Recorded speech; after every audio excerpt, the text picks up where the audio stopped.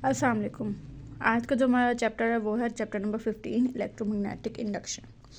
ठीक हो गया। इससे पहले बेटा हमने जब भी स्टडी किया है हमने ये देखा है कि किसी भी कंडक्टर में से सपोज करें ये कोई भी कंडक्टर इसमें से करंट पास कर रहा है तो उसके गिर्द आपको पता है मैग्नेटिक फील्ड प्रोड्यूस होना शुरू हो जाती है। यानी कि मैं ऐसे कह लूँ ये करंट भी कहाँ से आया, किसी बैटरी के थ्रू ही आया होगा ना, या तो ये नेगेटिव टर्मिनल कह रहे हैं, पॉजिटिव टर्मिनल कह रहे हैं, और इस तरह से करंट पास हुआ होगा जिसकी वजह से मैग्नेटिक फील्ड आ गई। तो मैं कह लूँ इलेक्ट्रिक फील्ड की वजह से मैग्नेटिक फील्ड प्रोड्यूस हो सकती है। ठीक हो गया। ये कंसेप्ट जो मैं दिया था वो दिया था ऑस्टर्ड ने। लेकिन क्योंकि बाकी साइंटिस्ट जो हैं वो ये सोचने लगे क्या अगर इलेक्ट्रिक फील्ड से मैग्नेटिक फील्ड प्रोड्यूस करवाई जा सकती है तो क्या ऐसा पॉसिबल है कि मैग्नेटिक फील्ड से भी इलेक्ट्रिक फील्ड प्रोड्यूस करवाई जा सके। तो सारे साइंटिस्ट अपने अपने तहकीक में लग गए और जोसेफ हेनरी और माइकल फेराडे ने ये कंक्लूड कर ही लिया कि मैग्नेटिक फील्ड से भी इलेक्ट्रिक फील्ड बनाई जा सकती है, डेवलप हो सकती है। तो उसने बहुत सारे एक्सपेरिमेंट्स भी दिए, वो देखते हैं हमारे पास क्या क्या है। तो सबसे पहला जो हमारा टॉपिक है वो है मोशनल ईएमएफ। देखिए मोशनल है तो इसका मतलब है ड्यू टू मोशन ही होगा और ईएमएफ प्रोड्यूस हो रहा होगा। तो अब हमने करना क्या है, इस पूरे चैप्टर में ना आपने मैग्नेटिक फील्ड देनी है और इलेक्ट्रिक फील्ड आप देखेंगे कि सिस्टम में प्रोड्यूस होना शुरू हो जाएगी। कैसे होगी यही आज हमने चेक करना है। देखिए सबसे पहले ये मैग्नेटिक फील्ड है। ये जो मैग्नेटिक फील्ड है ना इसको आप into the plane of paper रखेंगे, into the plane of paper. ठीक हो गया। आपने magnetic field into the plane of paper रख दी और उसके अंदर आपने क्या रख दिया, एक कंडक्टर रख दिया और उस कंडक्टर के साथ आपने अटैच कर दिया गैल्वेनोमीटर और ये सर्किट आपका कंप्लीट हो गया। अब आपने एक चीज़ याद रखनी है, अगर कोई भी मैग्नेटिक फील्ड है उसमें अगर आप प्रोटॉन भेज रहे हैं तो प्रोटॉन जैसे ही आता है ना मैग्नेटिक फील्ड के रीजन में तो वो क्या होता है, डिफ्लेक्ट होता है और ऊपर ऊपर जाने की कोशिश करता है। और फिर आप देखेंगे आहिस्ता आहिस्ता जैसे जैसे ऊपर जाता है ये डिफ्लेक्ट होता होता आपके पास एक सर्कल बना लेता है। मैं सिर्फ ये बात बताना चाह रही हूँ कि प्रोटॉन जब ये मैग्नेटिक फील्ड में आता है तो वो अपवर्ड डायरेक्शन में मूव करता है। लेकिन अगर यहीं पे एक इलेक्ट्रॉन आ जाता है मैग्नेटिक फील्ड में जो कि इनटू प्लेन ऑफ पेपर है तो वो इलेक्ट्रॉन जो होता है वो डाउनवर्ड नीचे वाला सर्कल क्रिएट करता है, प्रोटॉन ऊपर वाला सर्कल क्रिएट करता है। ठीक है, यानी इलेक्ट्रॉन जो है वो डिफ्लेक्ट होता है डाउनवर्ड डायरेक्शन में, प्रोटॉन जो है वो डिफ्लेक्ट होता है अपवर्ड डायरेक्शन में। तो मैंने क्या देखा, देखिए ये कंडक्टर सपोज कर लें यहाँ पे था, फिलहाल ना यहाँ पे था। अब आपको पता है कंडक्टर है तो चार्जेस भी हो गए, पॉजिटिव भी हैं नेगेटिव भी हैं। तो जैसे जैसे मैंने इसे मोशन करवाई तो देखिए इस कंडक्टर में क्योंकि पॉजिटिव भी था नेगेटिव भी था तो मैंने देखा आहिस्ता आहिस्ता क्या हो रहे हैं कि जैसे जैसे कंडक्टर मूव कर रहा है क्योंकि उसके पॉजिटिव मुझे पता है ये जो पॉजिटिव है वो आहिस्ता आहिस्ता अपवर्ड मूव करते हैं। तो देखा positive Aahista Aahista upward move करने लग गई, यानी कि सारा रीजन पॉजिटिव हो गया और यहाँ पर सारा रीजन नेगेटिव होता जाएगा। तो मैं ऐसा कह लूँ यहाँ पर कंसनट्रेशन ऑफ प्रोटोन हैवी हो गई, यहाँ पर कंसनट्रेशन ऑफ इलेक्ट्रॉन हैवी हो गया और यहाँ पर देखें ये पॉजिटिव और नेगेटिव ये तो एज अ बैटरी नहीं एक्ट करना शुरू हो जाएंगे।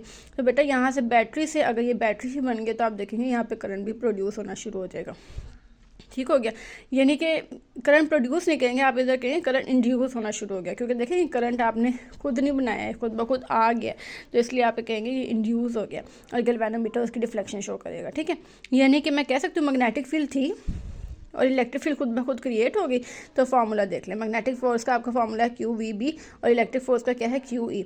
दोनों इक्वेशंस को कंपेयर किया, क्यू क्यू के से कट गया, E is equals to V B. ठीक है, और एक ही का फार्मूला आपने फर्स्ट चैप्टर में पढ़ा हुआ है एज अ पोटेंशियल ग्रेडियंट, तो वो क्या था minus delta we over delta R था। तो आज मैंने अपने केस के लिए एल लिख लिया क्योंकि ये जो लेंथ है ना कंडक्टर वो एल है। ठीक हो गया। आगे E is equals to V B, तो मैंने ई की जगह ये वी बी पुट कर दिया और हमारे पास ये करते इक्वेशन आगे माइनस वी बी है। और ये जो बेटा अगर आप थीटा लेते हैं ना वी और बी के दरमियान में एंगल भी अगर आप देखते हैं तो फिर ये आ जाएगा sine theta, E is equals to minus V B और साइन थीटा। ठीक हो गया। आगे देखें, आगे जो हमारा टॉपिक है वो है Faraday law of electromagnetic induction. बेटा ये भी सारा सिस्टम वही, आपने into the plane of paper magnetic field लिए, गैल्वेनोमीटर अटैच कर दिया, कंडक्टर को पोजीशन 1 से पोजीशन 2 तक ले जा रहे हैं। ठीक हो गया। पोजीशन 1 पे जो पहले उसका डिस्टेंस था डिस्प्लेसमेंट था वो था x1, पोजीशन 2 से जो डिस्प्लेसमेंट था वो था x2 और दोनों का जब x1 से जब पोजीशन 1 से पोजीशन 2 तक का डिफरेंस देखा तो वो था डेल्टा x। ठीक हो गया। ये यहीं से कंटिन्यू करेंगे जो कि हमारे पास मोशनल ईएमएफ की इक्वेशन थी is equals to minus V B L. V की जगह आपने उसकी वैल्यू पुट कर देनी है, वो हमने यहाँ से फाइंड आउट कर दी delta X over T. X और एल को कंबाइन करेंगे तो एरिया बन जाता है। बी अब आपको पता है ये बन गया फ्लक्स और ये बन गया है, और नंबर ऑफ टर्न्स के लेंगे तो E is equals to minus N delta phi over delta T. बेटा माइनस की आपने रीज़न लाजमी बतानी है कि जो इंड्यूस्ड ईएमएफ है ना, ये हमेशा अपोज करता है चेंज ऑफ फ्लक्स को। जी आगे बेटा लेंसेज लाया, लेंसेज ला सारा नेगेटिव जो साइन आता है ना उसको सारा एक्सप्लेन करता है, ठीक है, ये अब आप देख लीजिएगा। और आपने ये भी बताना है कि law of conservation of energy को होल्ड करता है, ये सारा आप एक्सप्लेन करना है। म्यूचुअल इंडक्शन क्या है बेटा? म्यूचुअल आप देखिए, म्यूचुअल का मतलब है बाहमी रिलेशन जो है ना, यानी कि इंडक्शन है तो म्यूचुअल इंडक्शन का मतलब हो गया एक की जो ईएमएफ है ना वो दूसरे के अंदर इंड्यूस हो रही होगी, ठीक हो गया। तो देखिए पहला सर्किट जो है ये सर्किट फॉर्म, इसे मैं कह लेती हूँ प्राइमरी कॉइल है और दूसरे वाले को मैं कह लेती हूँ सेकेंडरी कॉइल है। इसे हम लिख लेते हैं, ये प्राइमरी कॉइल हो गई है और दूसरे वाले को हम क्या बोलते हैं? Secondary coil. बेटा अब देखना क्या है, प्राइमरी कॉइल में ना देखिए मैंने इंडक्टर ले लिया, उसके साथ लगाया स्विच और एक बैटरी लगा दी और साथ में एक रियोस्टेट लगा दी। रियोस्टेट लगाने का मकसद ये है कि आप क्या करेंगे, यहाँ से अपनी रेजिस्टेंस को वेरी करते रहेंगे। जैसे जैसे रेजिस्टेंस वेरी करेगी वैसे वैसे यहाँ का करंट में इफेक्ट होगा, कभी करंट कम हो रहा होगा, कभी ज़्यादा हो रहा होगा, ठीक है। आगे देखें जो दूसरा कॉइल है ना उसमें सिर्फ गैल्वेनोमीटर लगा हुआ है, ठीक है।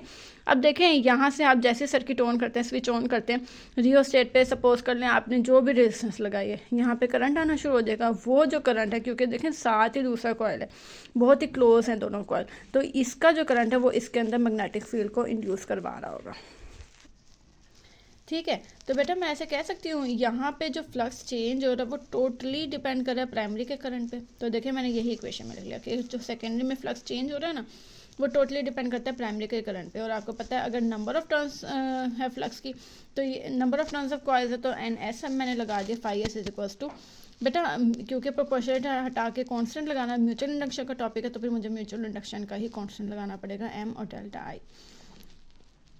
आगे एम फाइंड आउट करना है तो आपके पास ये रिलेशन आ गया। फेराडे लॉ आपको पता है, E S is equals to minus N S delta phi S over T. N S delta phi S की वैल्यू आपको पता है वो है एम डेल्टा आई पी, तो आपके उसकी वैल्यू लिखते हैं और आपके पास इस तरह से रिजल्ट आ जाएगा, ठीक हो गया। इसी तरह से बेटा सेम इसी तरह से आपने सेल्फ इंडक्शन करना है, बस उसमें एक ही कॉइल होगी वो अपने ही अंदर इंड्यूस हो रही होगी, और मैं कह सकती हूँ कि अगर अपने अंदर ही इंड्यूस हो रही है तो हम उसका नाम रख देते हैं बैक ईएमएफ। अच्छा आगे देखिए बेटा, energy stored in an inductor, हमने देखना है कि एनर्जी इंडक्टर में कैसे स्टोर हुई, तो ये सारा डेरिवेशन बेस्ड है, तो आपने इसकी डेरिवेशन अच्छे से कर लेना। तो देखिए एनर्जी का जब भी जिक्र आता है तो हम सबसे पहले वर्क डन से स्टार्ट करते हैं। वर्क डन का जो फॉर्मूला है वो है डेल्टा क्यू ई एल। अब ई एल जो है वो देखिए सेल्फ इंडक्शन में से आपके पास आया एल डेल्टा आई ओवर डेल्टा टी, वो आ गया, आपने सिर्फ उसकी वैल्यू पुट कर देनी है, ठीक है। तो delta Q over delta T हो जाएगा, तो ये बन गया करंट या एवरेज करंट। और देखें ये क्या है, डेल्टा आई, ये चेंज इन करंट नहीं हो गया। तो बेटा आपको ये भी पता है कि इनिशियली करंट क्या होता है, मिनिमम होता है, यानी कि ज़ीरो, और आगे बढ़ता बढ़ता वो मैक्सिमम हो जाता है। तो देखिए एवरेज जब भी निकालते तो वो यही होता है ना कि initial plus final divide by 2, तो इनिशियल 0 थी प्लस फाइनल समझ लें मैक्सिमम करंट था डिवाइड बाय 2, जो हो जाएगा 1/2 आई। और डेल्टा आई निकालना तो फाइनल माइनस इनिशियल, तो ये हमारे पास आया हो गया। Delta Q over delta T का ये रिजल्ट आ गया, डेल्टा ए का ये रिजल्ट आ गया, ये दोनों वैल्यूज़ अपनी इक्वेशन ए में पुट कर दे। तो देखें मैंने की तो मेरे पास जो रिजल्ट आया वो आया 1/2 एल आई स्क्वायर किया हुआ। अच्छा तो देखिए ये वाला हमारे पास एक रिलेशन तैयार हो गया। अब बेटा इसमें भी ना देखें एल आपको चाहिए और आई आपको चाहिए, तो आई तो बहुत ही ईजी है, वो क्या है B is equals to mu naught N I, यहाँ से आप अपना आई निकाल लें, ठीक हो गया। एल निकालेंगे तो बेटा ये भी आपको इंडक्टर के फॉर्मूले में मिलेगा, L is equals to N phi over I. तो फाई का फॉर्मूला क्या होता है बी ए, और बी का फॉर्मूला क्या होता है देखें म्यू नॉट एन आई, ठीक है। ये सारी वैल्यूज पुट की, जो कटिंग हो रहा था कटिंग कर दिया, छोटे एन को रिप्लेस कर दिया कैपिटल एन को रिप्लेस कर दिया एन एल से, ये सारे जनरल फार्मूले और वो सब की सब्सटीट्यूशन करके हमारे पास एक ये रिजल्ट आ गया, ठीक हो गया। यही दो वैल्यूज़ जो हैं एल की और आई की हमने इक्वेशन बी में पुट करनी है, ये वाली इक्वेशन बी है ना, हमने ये दोनों वैल्यूज़ इक्वेशन बी में पुट कर देनी है और देखिए क्या आ जाएगा, ये आ जाएगा। आई स्केयर था ना तो आई का स्केयर करना है, आगे स्केयर जो कटिंग हो रहे होंगे वो कटिंग कर देना है। और एनर्जी डेंसिटी निकालनी है तो आपको वॉल्यूम से डिवाइड करना पड़ता है, जो कि ए एल है, और ए एल देखिए आपका कट हो जाएगा और बचेगा क्या 1/2 B square over mu naught. आगे बेटा एसी जनरेटर ये सेम टॉर्क की तरह ही था, इसकी सारी वर्किंग जो प्रिंसिपल है ना वो वर्किंग जो है इसकी सारी मिलती है टॉर्क वाले से, ये आप देख लीजिएगा। डीसी जनरेटर, डीसी मोटर और ये ट्रांसफार्मर जो है इंपॉर्टेंट लॉन्ग है, ठीक है। ये ट्रांसफार्मर अब आपको बता बेटा, ट्रांसफार्मर देखें ये सारा आपने अब देख लेना है। ट्रांसफार्मर असल में हम क्या करते हैं, एसी सिग्नल इसके प्रोवाइड करने के लिए यूज़ करते हैं, मतलब एसी इसमें इन्वॉल्व होता है। और ये बेटा रिलेशन आपने पढ़े अभी म्यूचुअल इंडक्शन की हेल्प से हमने ये इक्वेशन निकाली है। और ये सेकेंडरी का हमारे पास वोल्टेज आ गया, ये प्राइमरी का वोल्टेज आ गया, दोनों को डिवाइड करके हमारे पास एक रेशियो आ जाएगी। ठीक हो गया। इस रेशियो का हम बोलते हैं ट्रांसफॉर्मेशन रेशियो। आगे ट्रांसफार्मर की जो टाइप्स है उसमें स्टेप अप ट्रांसफार्मर भी है, स्टेप डाउन ट्रांसफार्मर भी है। स्टेप अप ट्रांसफार्मर क्या होता है, जिसमें नंबर ऑफ सेकेंडरी ग्रेटर होते हैं नंबर ऑफ प्राइमरी से। तो देखिए ये सेकेंडरी मैंने ज़्यादा बनाया एज़ कम्पेयर टू प्राइमरी। तो स्टेप डाउन क्या होता है, number of secondary is less than primary. तो देखिए ये नंबर ऑफ सेकेंडरी है, ये कम है एज़ कम्पेयर टू प्राइमरी। तो सेम इसी तरह से बेटा अगर एन एस ज़्यादा है तो आप इस रिलेशन से देखें, अगर एन एस ज़्यादा है तो वी एस भी ज़्यादा होगा। तो देखिए मैंने वही लिखा है कि वी एस भी ग्रेटर होगा as compared to V P. और इधर देखें वी एस स्मॉल होगा वी पी। और जो वी एस अगर ज़्यादा होगा तो आपके पास करंट क्या हो जाएगा, कम हो जाएगा एज़ कम्पेयर टू प्राइमरी। और सेकेंडरी का करंट ज़्यादा हो जाएगा एज़ कम्पेयर टू प्राइमरी। ठीक है, ये इस तरह से दोनों का डिफरेंस आपने याद रखना है। आगे प्रिंसिपल ऑफ ट्रांसमिशन में क्या है, इनपुट पावर हमेशा इक्वल होनी चाहिए आउटपुट पावर के। पावर का फॉर्मूला वी आई। तो इनपुट पे है तो प्राइमरी आ जाएगा, आउटपुट पे है तो सेकेंडरी आ जाएगा। और इसमें रेशियो चेक करेंगे तो आपके पास ये रिलेशन आ जाएगा। तो बेटा इससे भी आपको पता चल सकता है कि अगर देखिए प्राइमरी का वोल्टेज ज़्यादा है तो प्राइमरी का करंट कम होगा। ठीक हो गया ना, तभी हमारे पास ये वाली कंडीशन भी इस तरह से फुलफिल हो जाती है। आगे बेटा हमने देखना है ये पावर जो लॉस है हम किस तरह से इसको रिड्यूस कर सकते हैं। तो देखो पावर लॉस होता है क्यों, सबसे पहले देखिए कोई भी डिवाइस है जब वो चलती है, रन करती है, करंट पास हो रहा होता है तो हीटिंग इफेक्ट प्रोड्यूस होता है। अब हीटिंग इफेक्ट का फॉर्मूला क्या है, H=I²RT। बेटा अब दोनों में देखिए क्या चीज़ है, आई और आर। ये अगर सपोज हम हीटिंग इफेक्ट अगर कम करें तो देखें पावर लॉस इजीली कम हो सकता है, रिड्यूस हो सकता है। अब हीटिंग इफेक्ट को कम करने के लिए मुझे आर को डिक्रीज़ करना पड़ेगा, तभी एच डिक्रीज़ हो जाएगा ना। तो मैं कहती हूँ सपोज कर ले मैं आर को डिक्रीज़ करने लग गया तो एच रिड्यूस हो जाएगा, पावर भी लॉस कम हो जाएगा। लेकिन बेटा आर को रिड्यूस करने के लिए हमें करना क्या पड़ेगा, हमें यूज़ करनी पड़ेगी थिक कॉपर वायर। अब थिक कॉपर वायर को यूज़ करने के लिए हमारे पास इतना पैसा तो होता नहीं है, तो हम ये प्रोसेस तो नहीं कर सकते। ठीक हो गया। अब हम और क्या कर सकते हैं, एक तो आर को डिक्रीज़ कर सकते थे और दूसरा क्या कर सकते थे, करंट को डिक्रीज़ करवा लें। तो अब अगर आर डिक्रीज़ नहीं हो सकता तो फिर हम करंट को डिक्रीज़ करवा सकते हैं। ठीक है। अब देखें सपोज़ करें वापडा वालों की तरफ से जो हमारे पास वोल्टेजेस वगैरह आ रहे हैं वो आ रहे हैं 2000 वोल्ट। ठीक हो गया।